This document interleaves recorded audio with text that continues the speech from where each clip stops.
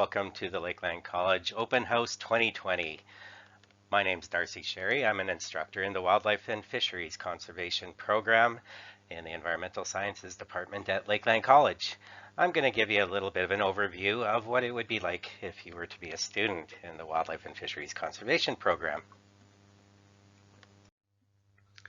The Wildlife and Fisheries Conservation major is a 2-year program. In the first year, it's a common year with all the environmental sciences students, and they're developing core knowledge and skills in soils, plants, aquatic life ecology, mapping, GPS, environmental sustainability, and there is one wildlife specific course, Z0120, and you're going to start learning the proper identification of the wildlife in Alberta.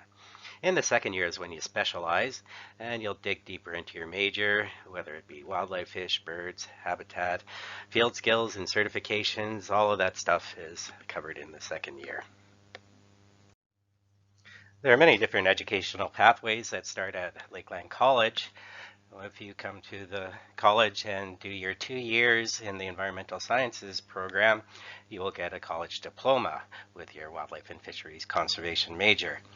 You can add one more year to that and get 2 diplomas from Lakeland College, your wildlife and also your conservation and restoration ecology diploma, and we've had quite a few students pair those up.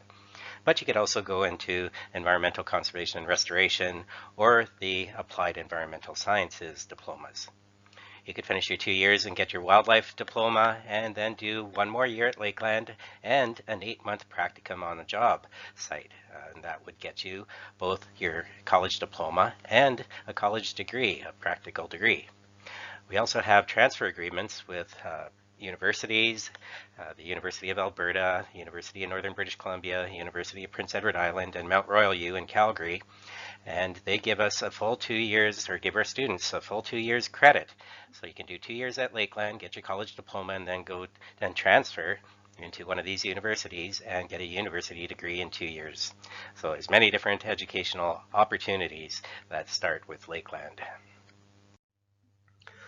Of course, if you're going to be a wildlife specialist, a wildlife technician, and come into the Wildlife and Fisheries Conservation Program, you need to understand how to identify wildlife. So this is one of the primary skills that we're going to be teaching you through your first and second years. Here's an example.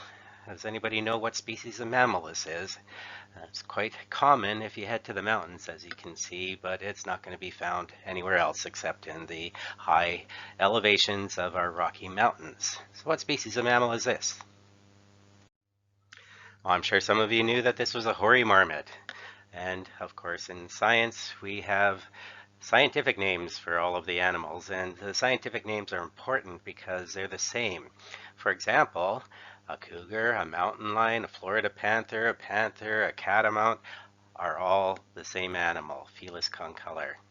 So the common names can vary based on geography or just personal preference. The scientific names are all standardized and they don't change unless there's an agreement among the scientists that it needs to be changed, and usually that's because of some new genetic evidence changing our understanding of the relationships between animals. Okay, maybe this mammal's a little bit easier for you to identify. That's right, we've got a Homo sapien on the right and an Ursus maritimus, or the polar bear, on the left. You're also going to learn your Herptile identification in biology, and that's a word we're not familiar with. The Herptiles are simply the amphibians and the reptiles in an artificial grouping together. Here we've got one of our very special and our largest frog in the province, the northern leopard frog, or Lithobates pipiens. This is a threatened species in Alberta. It's disappeared from most of the waterways and ponds that it used to inhabit, so it's a species of concern. Your hands-on training is going to include using some of the tools that the wildlife biologist uses in the field. Here's an example of monitoring of mammals that we do in Vermilion Provincial Park, right against the town of Vermilion here. We're very lucky to have a provincial park here, and we're very lucky that the park allows us to put trail cameras there to document the wildlife. So every winter, we've got trail cameras operating in the park and taking photos of deer and coyotes and porcupine, skunks, wapiti, or an elk. The one species I'm hoping we can get a photo of one day would be a cougar, but we haven't got one yet.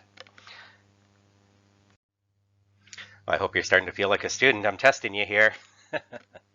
Unfortunately, we haven't got many photos of these in the park either.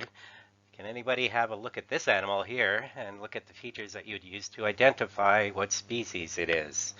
It's if you look closely, it's not that hard to identify. So this is something you would definitely be able to do. Coming out of the program, differentiate all our different deer species that we have in the province. So this is one of our largest members of the deer family, the second largest. The largest deer in Alberta is actually a moose. Most people don't know that it's part of the deer family. So this is the second largest one. And which one is it?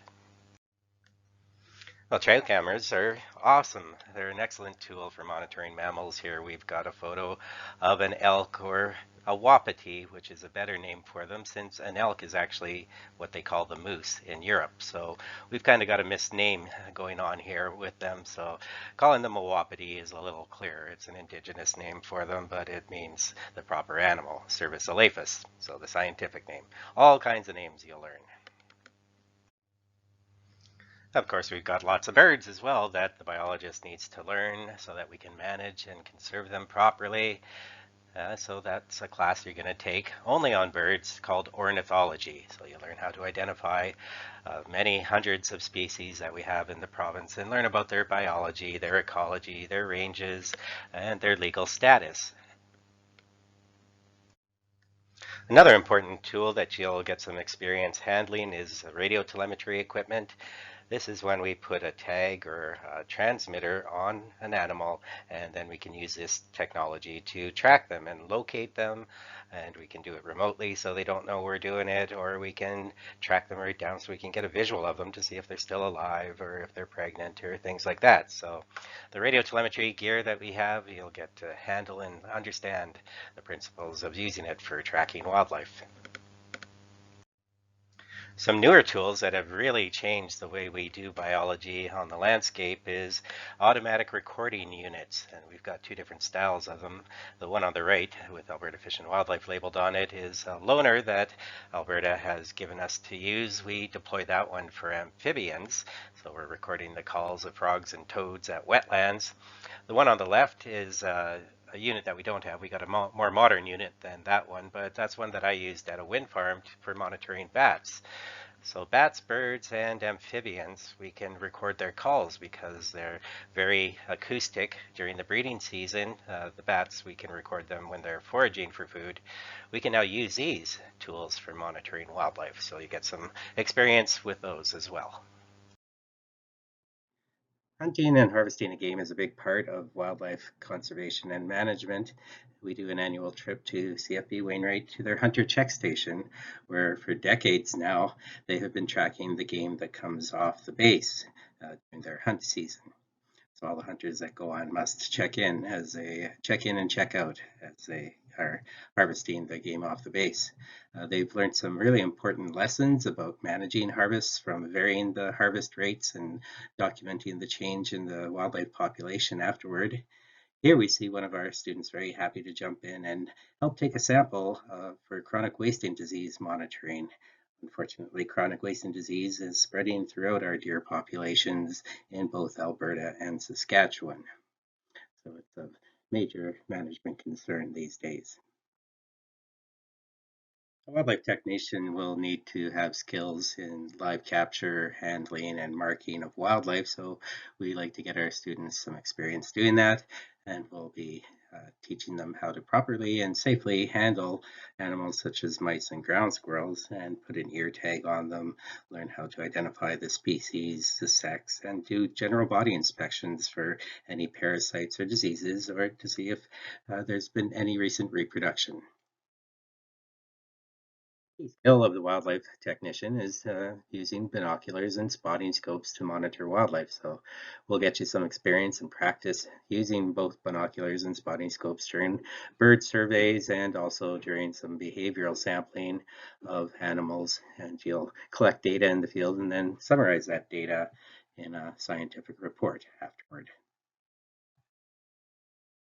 Often a wildlife tech will need to be able to identify wildlife by more than sight. They're going to have to look at sign as well. So we're going to be taking some lessons on identifying wildlife by their tracks.